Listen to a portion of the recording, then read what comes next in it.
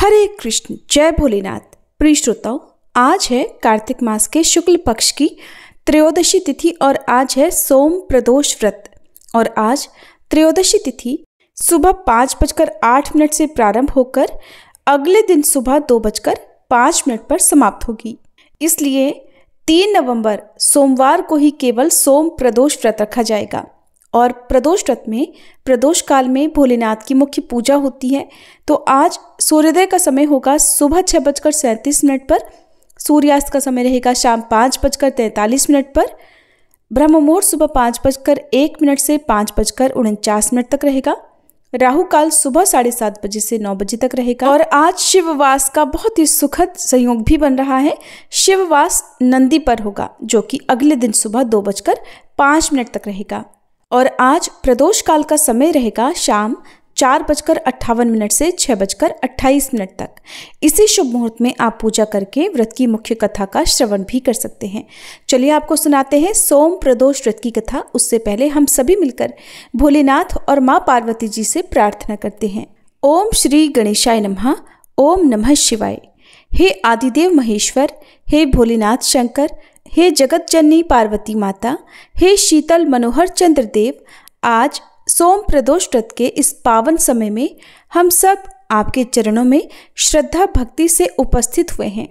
प्रदोष काल वह समय है जब तीनों लोकों में पवित्रता फैलती है। देव ऋषि भी आपके ध्यान में लीन हो जाते हैं। हम भी उसी भाव से अपने मन, वाणी और कर्म को शुद्ध करते हुए आपके दिव्य स्वरूप का स्मरण करते हैं। हे नीलकंठ महादेव, आप तो भोलों का भोलापन संभालने वाले हैं, नादान को भी अपना लेने वाले हैं, एक आह्वान मात्र से ही प्रसन्न हो जाने वाले हैं। हे माँ पार्वती, आप करुणा, ममता और क्षमा की मूर्ति हैं। आपके आंचल में समा जाने से भटका हुआ हृदय भी शांत हो जाता है। हे चंद्रदेव, आप शिव सम शीतल और शांत हैं। आपकी चंद्रकलाओं से जीवन में माधुर्य, प्रेम और स्थिरता आती है। हे देवाधिदेव महादेव, हे माँ जगदम्बे, हे चंद्रदेव, यदि आज के इस व्रत में, पूजन में, ध्यान, जप, नियम या संकल्प में, कथा श्रवण में हमसे कोई भी त्रुटि, किसी भी प्रकार का दोष, भूल चूक, अशुद्धि हो गई हो तो कृपा करके उसे क्षमा करें। हमारा उद्देश्य सदैव पवित्र रहा है। हमारा मन आपका ही रहा है। हमसे हुई त्रुटियां हमारे मानवीय स्वभाव के कारण हैं, न कि किसी अनादर की भावना से। हे भोलेनाथ, आपका नाम लेने मात्र से ही समस्त पाप भस्म हो जाते हैं, तो हमारी भूलें भी निश्चित ही आपकी कृपा से क्षमा हो जाएंगी। हमारे जीवन से दुख, रोग, भय, ऋण, अपमान और समस्त बाधाएं दूर हों। हमारे घर में सुख, शांति, स्वास्थ्य, सौभाग्य और समृद्धि का वास हो। हमारे हृदय में भक्ति का दीप निरंतर प्रकाशित रहे। हम सभी आपको बारंबार प्रणाम करते हैं। अब सुनते हैं सोम प्रदोष व्रत की कथा। पौराणिक कथा के अनुसार एक बार एक नगर में एक ब्राह्मणी रहा करती थी। उसके पति का स्वर्गवास हो गया था।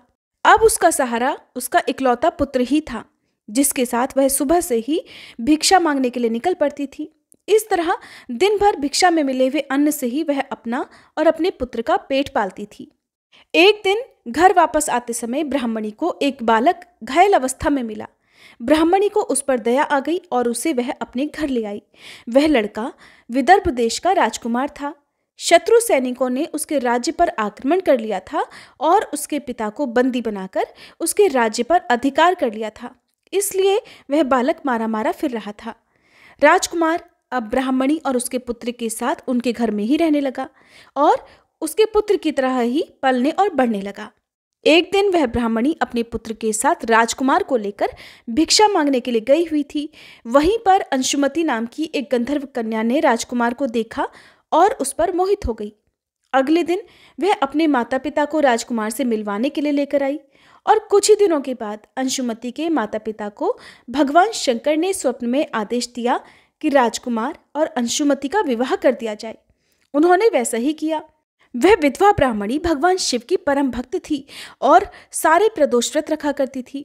उनके प्रदोष व्रत का ही प्रभाव था कि राजकुमार ने गंधर्वराज की सेना की सहायता से विदर्भ देश से शत्रुओं को भगा दिया और अपने पिता का खोया हुआ राज्य पुनः प्राप्त कर लिया और सुखपूर्वक जीवन बिताने लगा। राजकुमार ने ब्राह्मणी के पुत्र को अपना मंत्री बना लिया।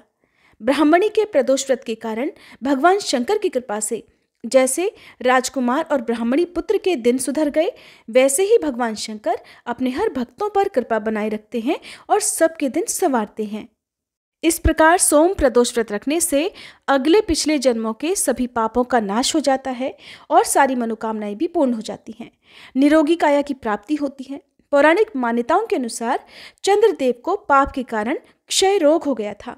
इस पाप के निवारण हेतु उन्होंने भगवान शिव की पूजा अर्चना की और सोम प्रदोष व्रत रखकर प्रदोष काल में भगवान शिव का पूजन अर्चन किया। अब सुनिए सोमवार के दिन सुनी जाने वाली भगवान शिव की कथा। एक बार किसी नगर में एक साहूकार था। उसके घर में धन की कोई कमी नहीं थी, लेकिन कोई संतान न होने के कारण वह बड़ा दुखी था। संतान प्राप्ति के लिए वो हर सोमवार को व्रत रखता था और पूरी श्रद्धा के साथ शिव मंदिर जाकर भगवान शिव और माता पार्वती की पूजा किया करता था। उसकी भक्ति देखकर एक दिन माँ पार्वती प्रसन्न होकर भगवान शिव से साहूकार की मनोकामना पूर्ण करने का निवेदन करती हैं। पार्वती जी के आग्रह पर भगवान शिव ने कहा, हे देवी, इस संसार में हर प्राणी को उसके कर्मों का फल मिलता है और जिसके भाग्य में जो हो उसे भोगना ही पड़ता है। लेकिन पार्वती जी ने साहूकार की भक्ति देखकर उसकी मनोकामना पूर्ण करने की इच्छा व्यक्त की। माता पार्वती के आग्रह पर भगवान शिव ने साहूकार को पुत्र प्राप्ति का वरदान तो दिया, लेकिन उन्होंने बताया कि ये बालक केवल 12 वर्षों तक ही जीवित रहेगा। माता पार्वती और भगवान शिव की इस संवाद को साहूकार सुन रहा था, इसलिए उसे न तो इस बात की खुशी हुई और न ही कोई दुख, बल्कि वो पहले की तरह ही शिव जी की पूजा करता रहा। कुछ समय के बाद साहूकार की पत्नी ने एक पुत्र को जन्म दिया। जब वह बालक 11 वर्ष का हुआ तो उसे पढ़ने के लिए काशी भेज दिया गया। साहूकार ने पुत्र के मामा को बुलाकर उसे बहुत सारा धन देते हुए कहा कि तुम इस बालक को काशी विद्या पढ़ने के लिए लेकर जाओ। तुम लोग रास्ते में यज्ञ कराते जाना और ब्राह्मणों को भोजन दक्षिणा देते हुए जाना। दोनों मामा भांजे इसी तरह यज्ञ कराते और ब्राह्मणों को दान दक्षिणा देते काशी नगरी निकल पड़े। इस दौरान रात में एक नगर पड़ा जहां नगर के राजा की कन्या का विवाह था, लेकिन जिस राजकुमार से उसका विवाह होने वाला था वह एक आंख से काना था। राजकुमार के पिता ने अपने पुत्र के काना होने की बात को छुपाने के लिए सोचा, क्यों ना उस साहूकार के पुत्र को दूल्हा बनाकर राजकुमारी से विवाह करा दूं और विवाह के बाद इसको धन देकर विदा कर दूंगा और राजकुमारी को अपने नगर ले आऊंगा। लड़के को दूल्हे के वस्त्र पहनाकर राजकुमारी से विवाह करा दिया गया। साहूकार का पुत्र ईमानदार था, उसे ये बात सही नहीं लगी, इसलिए उसने अवसर पाकर राजकुमारी के दुपट्टे पर लिख दिया कि तुम्हारा विवाह तो मेरे साथ हुआ है, लेकिन जिस राजकुमार के संग तुम्हें भेजा जाएगा वो एक आंख से काना है। मैं तो काशी विद्या पढ़ने जा रहा हूँ। जब राजकुमारी ने चुन्नी पर लिखी बातें पढ़ी तो उसने अपने माता पिता को ये बात बताई। राजा ने अपनी पुत्री को विदा नहीं किया, फिर बारात वापस चली गई। दूसरी ओर साहूकार का पुत्र और उसका मामा काशी पहुंचे और वहां जाकर उन्होंने यज्ञ किया। जिस दिन साहूकार का पुत्र 12 वर्ष का हुआ उस दिन भी यज्ञ का आयोजन था। लड़के ने अपने मामा से कहा कि मेरी तबीयत कुछ ठीक नहीं है। मामा ने कहा तुम अंदर जाकर आराम कर लो। भगवान शिव के वरदान अनुसार कुछ ही देर में उस बालक के प्राण निकल गए। मृत भांजे को देखकर उसके मामा ने विलाप करना शुरू कर दिया। संयोगवश उसी समय भगवान शिव और माता पार्वती उधर से जा रहे थे। पार्वती जी ने भोलेनाथ से कहा, स्वामी, मुझे इसके रोने का स्वर सहन नहीं हो रहा, आप कृपया इस व्यक्ति के कष्ट को अवश्य दूर कीजिए। जब भगवान शिव मृत बालक के समीप गए तो वह बोले कि ये उसी साहूकार का पुत्र है जिसे मैंने 12 वर्षों की आयु का वरदान दिया था। अब आज इसकी आयु पूरी हो चुकी है। लेकिन मातृभाव से विभोर माता पार्वती जी कहने लगी, हे महादेव, आप इस बालक को और आयु देने की कृपा करें, नहीं तो इसके वियोग में इसके माता पिता भी तड़प तड़प कर मर जाएंगे। माता पार्वती के पुनः आग्रह पर भगवान शिव ने उस लड़के को जीवित होने का वरदान दिया। शिव जी की कृपा से वह लड़का जीवित हो गया। शिक्षा पूरी करके लड़का मामा के साथ अपने नगर की ओर वापस चल पड़ा। दोनों चलते हुए उसी नगर में पहुंचे जहां उसका विवाह हुआ था। उस नगर में भी उन्होंने यज्ञ का आयोजन किया। उस लड़के के ससुर ने उसे पहचान लिया और महल में ले जाकर उसकी खूब आवभगत की और अपनी पुत्री को धूमधाम से विदा कर दिया। इधर साहूकार और उसकी पत्नी भूखे प्यासे रहकर अपने बेटे की प्रतीक्षा कर रहे थे। उन्होंने प्रण कर रखा था कि अगर उन्हें अपने बेटे की मृत्यु का समाचार मिला तो वो भी प्राण त्याग देंगे, परंतु अपने बेटे के जीवित होने का समाचार पाकर वे बेहद प्रसन्न हुए। उसी रात भगवान शिव ने साहूकार के स्वप्न में आकर कहा, हे श्रेष्ठी, मैंने तेरे सोमवार के व्रत करने और व्रत कथा सुनने से प्रसन्न होकर तेरे पुत्र को लंबी आयु प्रदान की है। इसी प्रकार जो कोई सोमवार व्रत करता है या कथा सुनता और पढ़ता है, उसके सभी दुख दूर होते हैं और सभी मनोकामनाएं पूर्ण होती हैं। सभी प्रेम से बोलिए भोले शंकर भगवान की जय, माता पार्वती की जय। जिन्होंने श्रद्धा से सोमवार का व्रत किया, ये पावन कथा सुनी और भगवान शिव का पूजन किया, उनके जीवन से समस्त दुख, रोग, शोक और संकट दूर होते हैं। ये व्रत न केवल सांसारिक सुखों को प्रदान करता है, बल्कि भगवान शिव की अपार कृपा से आत्मिक शांति, मोक्ष और चिर सुख की प्राप्ति भी कराता है। अब आइए हम पूर्ण समर्पण और सच्चे मन से भगवान से प्रार्थना करते हैं। हे नीलकंठ भगवान शिव, आप भोले हैं, दयालु हैं, आशुतोष हैं। हमने जो कुछ भी पूजा, व्रत और कथा श्रवण किया, उसमें यदि कोई त्रुटि रह गई हो तो क्षमा करें। हमें अपने चरणों में अटल भक्ति और जीवन में सच्ची समझ प्रदान करें। हमारे जीवन से अज्ञान, अहंकार और अधर्म का नाश करें। शिव शिव कहकर हम जीवन की राह पर चलें, यही हमारा संकल्प है। ओम नमः शिवाय। सोमवार व्रत की महिमा अमोघ है। जो भक्त सच्चे मन से इसका पालन करते हैं, उनके जीवन में धन, वैभव, संतान सुख, वैवाहिक सुख और सभी मनोरथों की पूर्ति निश्चित होती है। भगवान शिव से यही प्रार्थना है कि हम सभी पर उनकी कृपा बनी रहे। हर हर महादेव। प्रिय श्रोताओं, अब आपको सुनाते हैं नवग्रहों की कथा। ज्योतिष शास्त्र में नवग्रहों को बहुत ही महत्वपूर्ण माना जाता है, क्योंकि इन्हीं ग्रहों की चाल के कारण सभी राशियों के जीवन पर सकारात्मक या नकारात्मक प्रभाव पड़ते हैं। लेकिन कथा सुनाने से पहले आपको नवग्रहों के माता पिता के बारे में भी बताते हैं कि इन सभी नवग्रहों के माता पिता कौन हैं। ज्योतिष विज्ञान में ग्रह और उनकी दशा का विशेष महत्व है।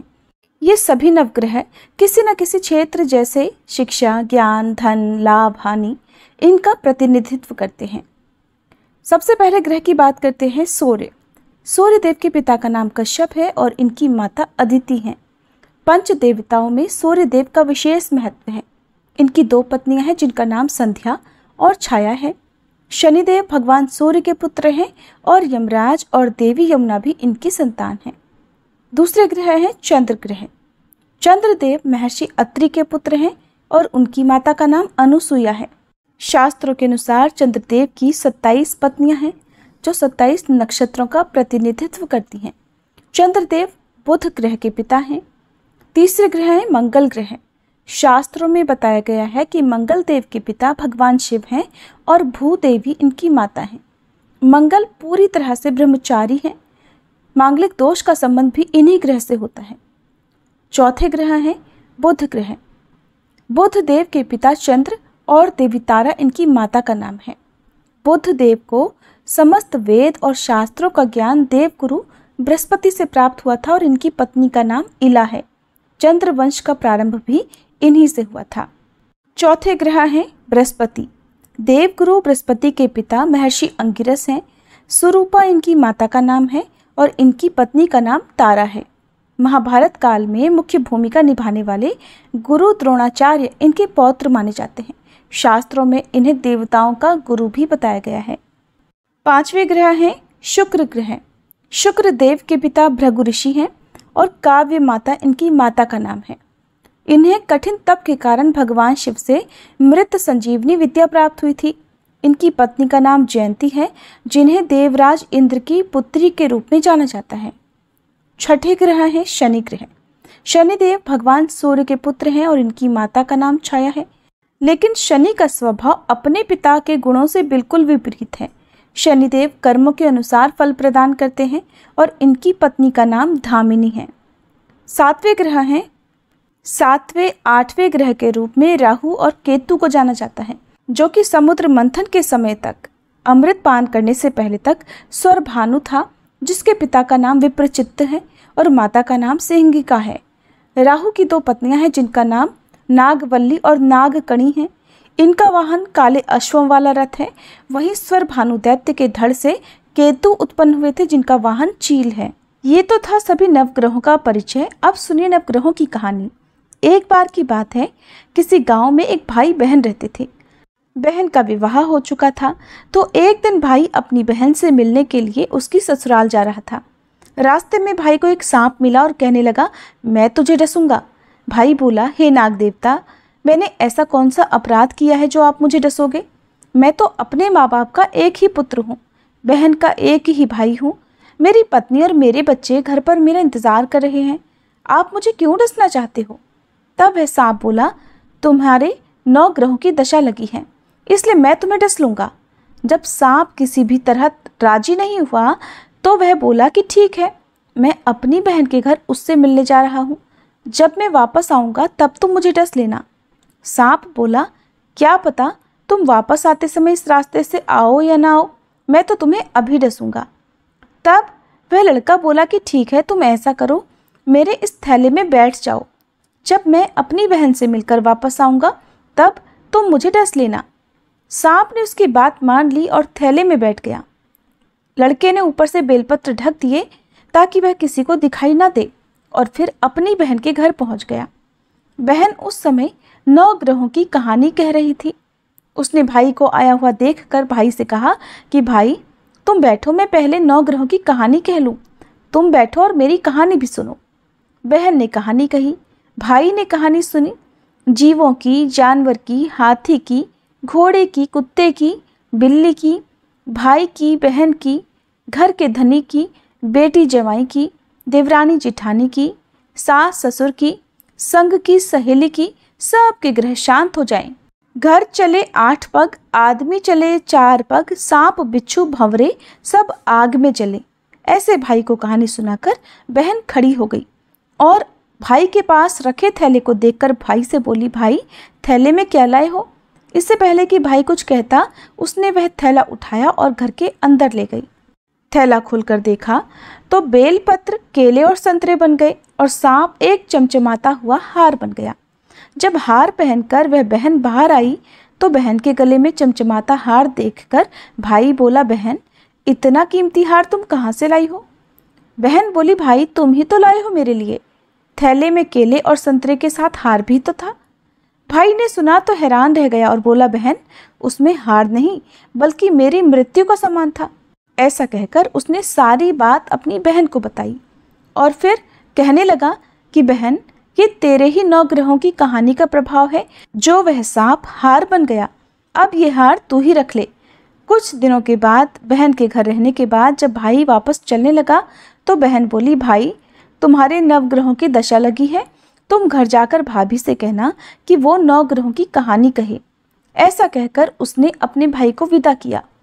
भाई जब अपने घर पहुंचा और जाकर अपनी पत्नी से बोला कि सुनो, हमारे 9 ग्रहों की दशा लगी है, हम नवग्रह की कहानी रोज कहा करेंगे। मैं कहूँगा और तुम सुनना, तुम कहोगी तो मैं सुनूंगा। फिर बोला, जाओ 1 लोटा जल का भरकर लाओ, साथ में चावल और चीनी के दाने भी लेकर आओ। उसकी पत्नी सारी सामग्री ले आई। कहानी कही, जीव की, जानवर की, हाथी की, घोड़े की, कुत्ते की, बिल्ली की, देवरानी जिठानी की, सास ससुर की, घर के धनी की, बेटी जवाई की, भाई बहन की, सबके 9 ग्रह शांत हो जाइयो। घर चले 8 पग, आदमी चले 4 पग, सांप बिच्छू भंवरे सब आग में जल जाइयो। सभी 9 ग्रहों को नमस्कार है। जैसे 9 ग्रहों की दशा भाई की उतरी, वैसे ही इस कहानी को कहते सुनते और हुंकारा भरते सब की उतरे। सब पर 9 ग्रहों की कृपा बनी रहे। अब सुने शिव चालीसा पाठ और आरती। जय गणेश गिरिजा सुवन, मंगल मूल सुजान, कहत अयोध्या दास तुम, देहु अभय वरदान। जय गिरिजापति दीन दयाला, सदा करत संतन प्रतिपाला। भाल चंद्रमा सोहत नीके, कानन कुंडल नाग फनी के। अंग गौर शिर गंग बहाए, मुंड माल तन क्षार लगाए। वस्त्र खाल बाघांबर सोहे, छवि को देखी नाग मन मोहे। मैना मातु की हवे दुलारी, वाम अंग सोहत छवि न्यारी। कर त्रिशूल सोहत छवि भारी, करत सदा शत्रुन क्षयकारी। नंदी गणेश सोहतः कैसे, सागर मध्य कमल है जैसे। कार्तिक श्याम और गणराऊ, या छवि को कही जात न काऊ। देवन जब ही जाय पुकारा, तब ही दुख प्रभु आप निवारा। किया उपद्रव तारक भारी, देवन सब मिली तुम ही जुहारी। तुरत षडानन आप पठायऊ, लव निमेष मह मारी गिरायऊ। आप जलंधर असुर संहारा, सुयश तुम्हार विदित संसारा। त्रिपुरासुर सन युद्ध मचाई, सब ही कृपा कर लीन बचाई। किया तपहि भागीरथ भारी, पुरब प्रतिज्ञा तासु पुरारी। दानिन मह तुम सम को नाही, सेवक स्तुति करत सदाही। वेद नाम महिमा तब गाई, अकथ अनादि भेद नहीं पाई। प्रकटी उदधि मंथन में ज्वाला, जरत सुरासुर भये विहाला। कीन्ही दया तह करि सहाई, नीलकंठ तब नाम कहाई। पूजन रामचंद्र जब कीन्हा, जीत के लंक विभीषण दीन्हा। सहस कमल में हो रहे धारी, कीन्ह परीक्षा तब ही पुरारी। एक कमल प्रभु राखे उजोई, कमल नयन पूजन चह सोई। कठिन भक्ति देखी प्रभु शंकर, भय प्रसन्न दिए इच्छित वर। जय जय जय अनंत अविनाशी, करत कृपा सबके घटवासी। दुष्ट सकल नित मोहि सतावे, भ्रमत रहो मोहि चैन ना आवे। त्राहि त्राहि मैं नाथ पुकारो, ये ही अवसर मोहि आन उबारो। लै त्रिशूल शत्रुन को मारो, संकट से मोहि आन उबारो। मात पिता भ्राता सब होई, संकट में पूछत नहीं कोई। स्वामी एक है आस तुम्हारी, आए हरहु मम संकट भारी। धन निर्धन को देत सदाही, जो कोई जाचे सो फल पाही। स्तुति के ही विधि करे तुम्हारी, क्षमहु नाथ अब चूक हमारी। शंकर हो संकट के नाशन, मंगल कारण विघ्न विनाशन। योगी यति मुनि ध्यान लगावे, शारद नारद शीश नवावे। नमो नमो जय नमः शिवाय, सुर ब्रह्मादिक पार न पाए। जो यह पाठ करे मन लाई, तापर होत है शंभु सहाई। ऋनिया जो कोई हो अधिकारी, पाठ करे सो पावन हारी। पुत्र होन कर इच्छा जोई, निश्चय शिव प्रसाद ते ही होई। पंडित त्रयोदशी को लावे, ध्यान पूर्वक होम करावे। त्रयोदशी व्रत करे हमेशा, ताके तन नहीं रहे कलेशा। धूप दीप नैवेद्य चढ़ावे, शंकर सम्मुख पाठ सुनावे। जन्म जन्म के पाप नसावे, अंत धाम शिवपुर में पावे। कहे अयोध्या दास आस तुम्हारी, जानी सकल दुख हरहु हमारी। नित नेम कर प्रातः ही पाठ करो चालीसा, तुम मेरी मनोकामना पूर्ण करो जगदीश। मगसर छठी हेमंत ऋतु संवत 64 जान, अस्तुति चालीसा शिव ही पूर्ण कीन कल्याण। ओम जय शिव ओमकारा, स्वामी जय शिव ओमकारा। ब्रह्मा विष्णु सदा शिव, अर्धांगी धारा। ओम जय शिव ओमकारा। एकानन चतुरानन पंचानन राजे, स्वामी पंचानन राजे। हंसासन गरुड़ासन वृषवाहन साजे। ओम त्रिगुण रूप निरखता, त्रिभुवन जन भुज चार चतुर्भुज। शिव 10 भुज अति सोहे, अक्षमाला वनमाला। मुंडमाला धारी, स्वामी मुंडमाला धारी। चंदन मृग मद सोहे, भाले शशिधारी। ओम जय शिव ओमकारा। श्वेतांबर पीतांबर बाघांबर अंगे, स्वामी बाघांबर अंगे। सनकादिक गरुड़ादिक भूतादिक संगे। ओम जय शिव ओमकारा। कर के मध्य कमंडल चक्र त्रिशूलधारी, स्वामी चक्र त्रिशूलधारी। सुखकारी दुखहारी, जग पालनकारी। ओम जय शिव ओमकारा। ब्रह्मा विष्णु सदा शिव, जानत अविवेका। स्वामी जानत अविवेका। प्रणवाक्षर में शोभित, ये तीनों एका। ओम जय शिव ओमकारा।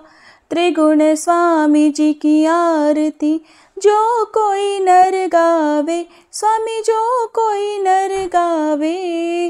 कहत शिवानंद स्वामी, सुख संपत्ति पावे। ओम जय शिव ओमकारा। ओम जय शिव ओमकारा, स्वामी जय शिव ओमकारा। ब्रह्मा विष्णु सदा शिव, अर्धांगी धारा। ओम जय शिव ओमकारा।